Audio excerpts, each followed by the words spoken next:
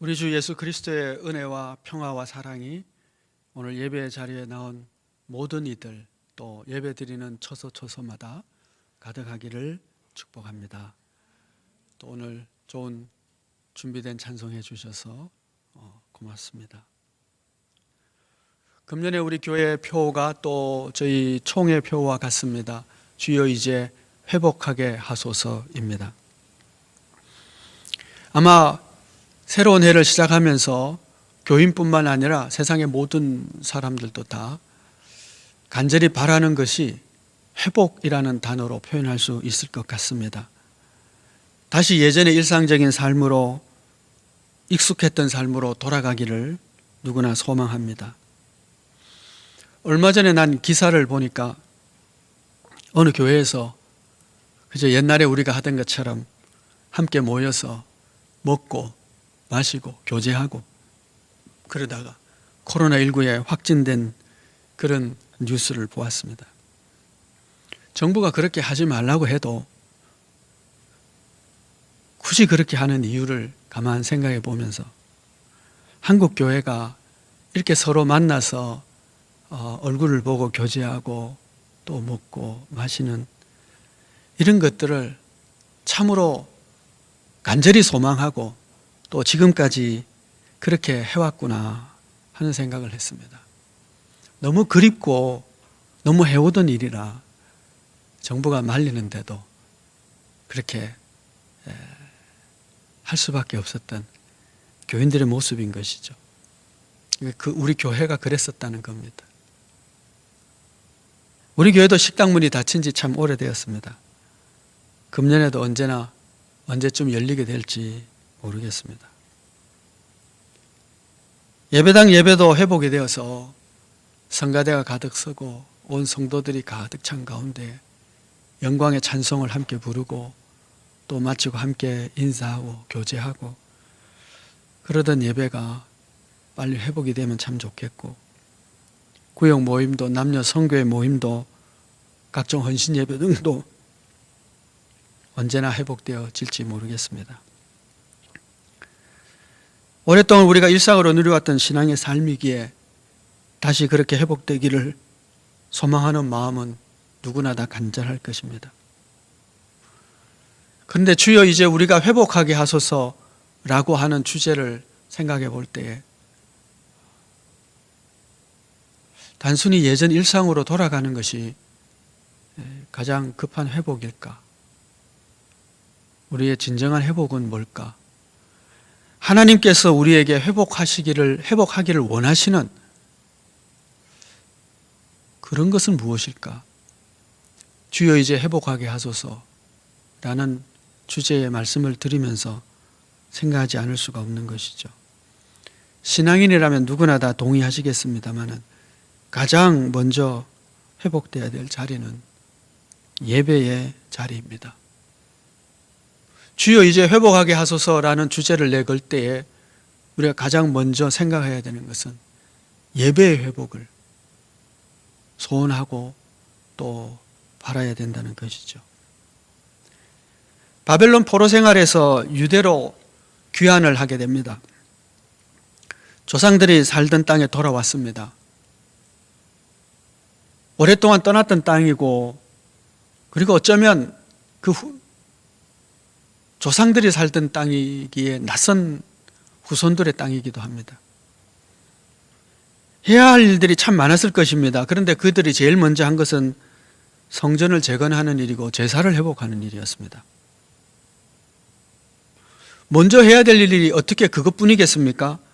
각자 거처할 집도 지어야 하고 먹고 살기 위한 터전도 마련해야 되고 새로운 환경에 적응하기 위해서 주변에 이미 살고 있던 이들과 관계 개선도 해야 되고 주변에 적대 세력도 있었을 터이니 나라와 민족을 안전하게 하기 위해서 성벽과 군대를 조직하는 일도 해야 되고 나라를 다스리는 정치 체제도 구축해야 할 것입니다. 그런데 그들은 이런 것보다 더 먼저 성전을 재건하고 제사를 회복하는 일을 가장 먼저 했습니다. 이것이 에스라가 생각한 민족 부흥의 첫걸음이었습니다. 마찬가지겠죠. 회복을 간절히 바라는 우리의 첫 번째 과제는 마땅히 예배의 회복이어야 합니다. 형식적인 예배, 아무 일도 일어나지 않는 것이 너무나 당연하게 생각되는 메마른 예배, 함께 모여서 땅의 일만 생각하고 걱정하는 예배, 예배 순서에 따라 1시간 예배를 드림으로 죄책감만은 덜고 예배의 의무를 다했다고 하는 것으로 만족하는 예배, 성경을 낭독하고 하나님의 말씀인 그 성경보다 설교자의 설교에서 은혜를 받으려고 하는 태도를 가진 예배, 하나님의 말씀보다 예배에 임재하신 성령님보다 설교자가 더 높은 자리를 차지하며 더 부상하는 예배를 드리면서도 아무런 문제의식을 못 느끼는 예배, 이제 이런 예배를 우리에게서 몰아내야 할 것입니다. 대신에 엄숙하고 장엄한 하나님의 보좌를 다시 바라보면서 예배 집례자에 의해 예배가 시작되는 것이 아니라 하나님께서 예배를 받으시기 위하여 좌정하시는 순간이 예배의 시작임을 우리는 기억해야 할 것입니다. 우리의 탐욕으로 말미암아 하나님을 거역했던 우리의 많은 죄악을 성령님께서 드러내시는 예배, 그러므로 말미암아 회개의 영으로 충만한 눈물이 있는 예배, 용서하시는 하나님으로 인하여 기뻐하는 예배, 그래서 예배의 중심인 하나님만 높아지고 십자가의 용서의 은총과 그 사랑을 매번 예배 때마다 찬송하고 그 어느 때나 참된 위로와 영원한 소망은 언제나 위로부터 하나님으로부터만 온다는 진리를 우리는 다시 굳게 붙잡아야 합니다. 예배 때마다 성령님의 역사하심을 간절히 사모하고, 그래서 예배에 참여하는 모든 성도들에게 그 어떤 새로운 일이 예배 안에서 반드시 일어나야 합니다. 무엇보다 예배에 참여하는 모든 이들이 하나님 앞에서 하나님을 두려워 떠는 예배가 드려져야 할 것입니다. 매 예배마다 속죄와 헌신의 정신이 충만한 예배, 성령님의 위로와 기쁨이 넘치는 예배, 살아있는 예배로 우리 교회와 우리의 신앙이 진정으로 회복되어지기를 소망합니다. 두 번째 회복의 자리는 말씀 신앙의 회복입니다. 에스라는 포로가 되기 이전에 그들의 조상들이 지었던 죄, 그들이 그 땅에 와서 다시 하나님의 말씀을 거역하고 예언자들의 선포를 떠나고 거절했던 그 조상들과 똑같은 삶을 살고 있는 그 자신들에 대해서 말씀으로 지적하고 그리고 회개하였습니다. 그리고 그렇게 그들은 눈물을 흘리며 이제 하나님의 말씀을 굳게 붙잡고 순종할 것을 선포합니다. 말씀 신앙의 회복을 그들의 과제로 삼았던 것이죠.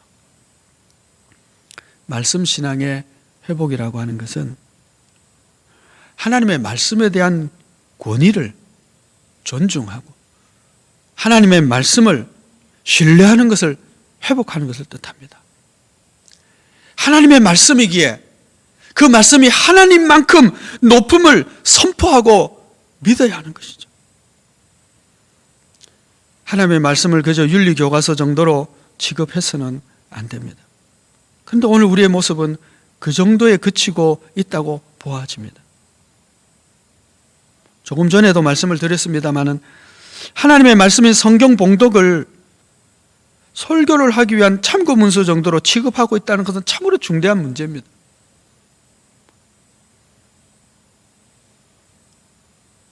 하나님의 말씀을 위하여 설교자가 봉사를 해야 되는데 설교자가 하나님의 말씀을 사용하는 지경에 이른 것이죠. 그러니 하나님의 말씀은 낮아지고 설교자는 높아지는 어처구니 없는 상태가 된 것입니다.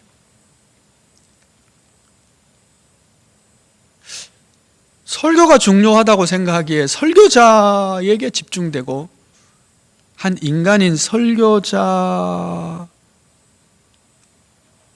드리는 선포하는 설교자의 수준을 넘지 못하겠죠.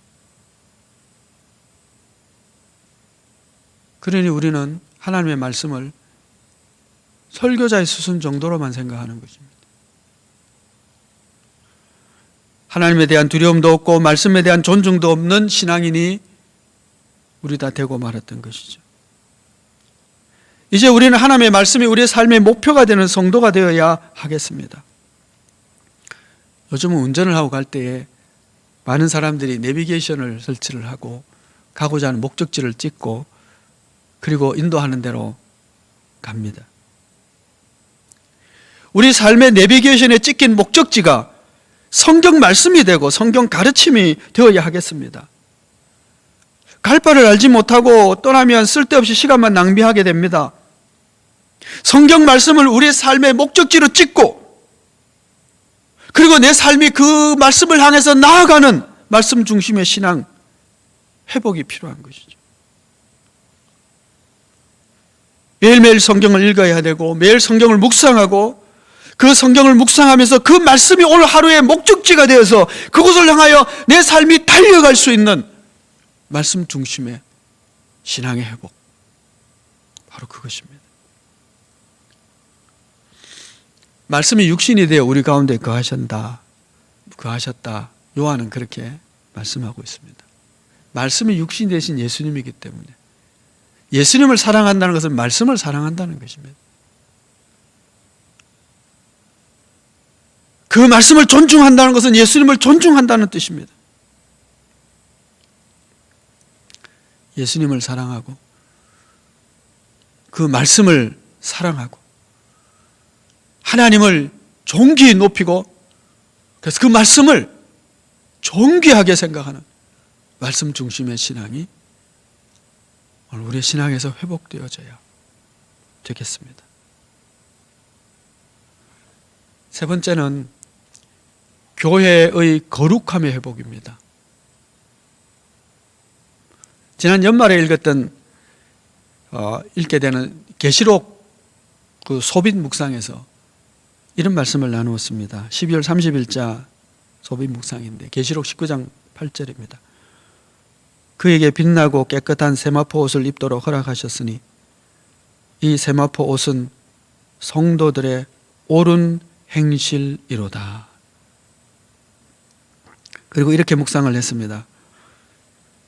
성도는 오직 주의 은혜로 구원받은 죄인들입니다. 그래서 자랑할 만한 의의가 없는 자들입니다.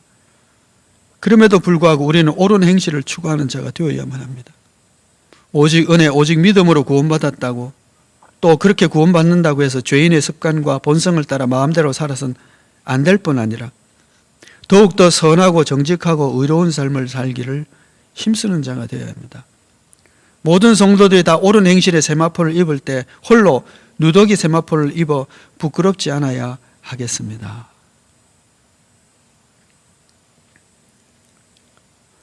여러분, 우리는 다 죄인입니다.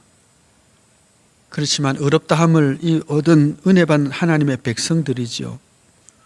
그러나 죄인이지만 우리를 부르신 그 하나님의 뜻은 우리가 매일매일 거룩해지는 것입니다. 그리고 그렇게 거룩한 삶을 살아가기 위해 힘쓴 그 옳은 행실로 말미암아 마지막 날 입을 세마포가 옳은 행실의 세마포다. 이렇게 말씀합니다. 옳은 행실의 세마포. 가만 생각해 보니 이렇더라고요. 옳은 행실이 하나도 없고 그저 구원만 받은 자는 천국에 가면 주님이 주시는 의의 옷은 있겠지만 옳은 행실이 없으니 입을 옷이 없겠구나. 그럼 벌거벗게 될까? 의의 행실에 옷이 없으니 그러면 누더기 옷을 입는가? 그런 생각을 해봤습니다. 입을 옷이 없든 누더기 옷을 입든 부끄럽기는 마찬가지일 것 같습니다. 교회는 그리고 성도는 이제 그 거룩함을 회복할 아주 중요한 주제로 의의 행실이 있는 자 되기 힘쓰는 절실한 회복의 때가 되었다고 생각합니다. 교회는 이 세상에서 부름받아 하늘에 속하게 된 구별된 백성입니다. 그렇다면 그 구별성, 이 세상과 다름은 것, 천국에 속한 자임을 증거하는 그 구별성이 드러나야 합니다. 그것을 거룩함이라고 그러죠.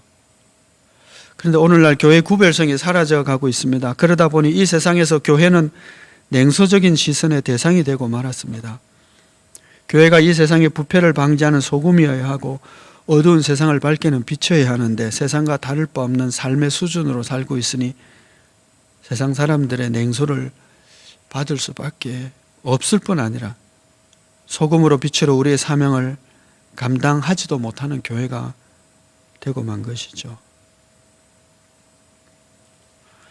교회가 교회의 거룩함으로 분명한 구별성을 가지고 있을 때 교회는 교회의 사명을 감당할 수 있을 것입니다.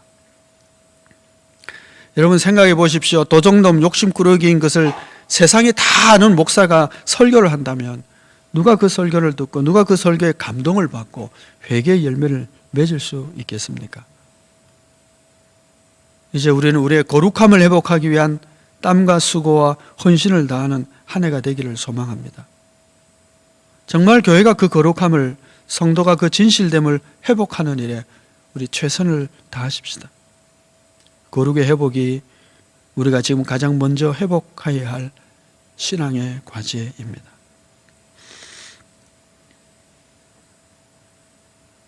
바벨론에서 포로들이 귀환하고 나서 에스라가 제일 먼저 한 일이 성전 재건이고 제사의 회복이었던 것처럼 노아의 홍수가 끝나고 땅에 드디어 발을 디딘 노아가 제일 먼저 한 일은 하나님께 예배를 드리는 일이었습니다. 집터도 살피고 살만한 곳을 찾는 것보다 먼저 예배를 드렸던 것이죠. 예수님께서 예루살렘에 올라가셔서 가장 분노하셨던 것은 성전이 성전답지 못한 것이었습니다. 그래서 성전 청결 사건이라고 부르는, 돈 받고는 상자를 뒤엎고 거기서 판매하고 있는 동물들을 치우고 성전이 회복되어야만 할 것을 몸으로 보여주신 것이죠.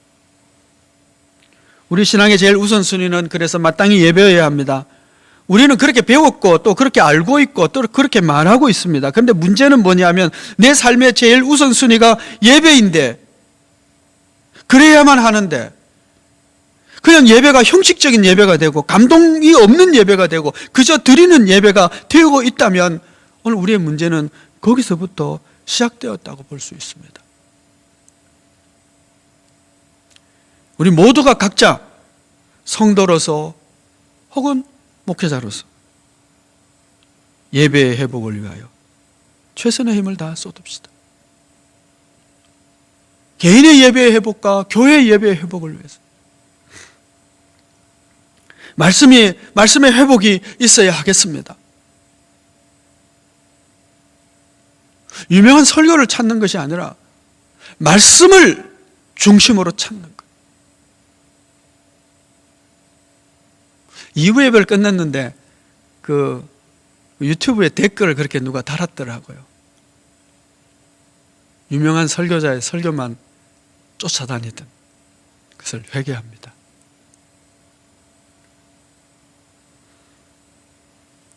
여러분, 하나님의 말씀이 존중받아야 합니다.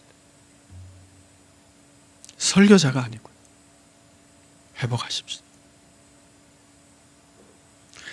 그리고 의와 거룩함의 회복을 위해서 헌신합시다. 진실과 정직과 의의 회복이 우리의 최선의 과제가 되어야 합니다.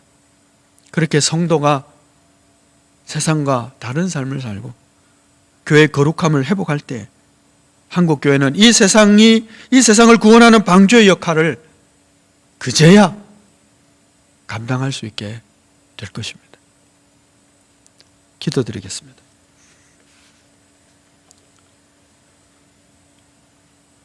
은혜로우신 아버지 하나님, 이 험악한 세상, 심판받을 수밖에 없는 세상에서 저희를 그리스도의 은혜로 구원하여 주심을 감사합니다. 우리를 구원하여 주셔서 그리스도 예수를 닮아가도록 말씀의 표대를 주시고 그 말씀을 쫓아 살아가도록 마음대로 사는 삶이 아니라 좁은 문이요 좁은 길을 걷는 길이 삶임을 불러주시고 말씀하여 주시고 가르쳐 주셨는데 주님, 저희는 너무 마음대로 살았고 함부로 살았습니다. 이제 저희가 회복되어지기를 원합니다. 일상의 삶이 회복되는 것이 아니라 예배가 회복되게 하시고 말씀 중심의 신앙이 회복되게 하여 주시고 거룩한 삶의 도전이 회복되게 하여 주시기를 원합니다. 옳은 행실, 착한 행실, 선한 행실, 섬기고 사랑하는 행실을 통해서 주님 앞에 섰을 때에 옳은 행실의 세마포를 입을 수 있는 저희들 되도록 성령을 이끌어 주시옵소서. 하나님의 말씀을 읽을 때에 하나님께서 친히 말씀하심을 체험할 수 있는 우리의 신앙이 되게 하여 주옵소서. 그저 드려지는 예배가 아니라 예배 때마다 존귀하신 하나님을 바라보며 저 높은 곳을 향하여 우리의 마음을, 우리의 시선을, 우리의 영의 시선을 두어 하나님을 바라볼 수 있게 하여 주시고 그저 왔다 그저 가는 예배가 아니라 하나님을 만난 놀라운 뭔가 사건이 일어나는 예배가 되기를 간절히 소망합니다.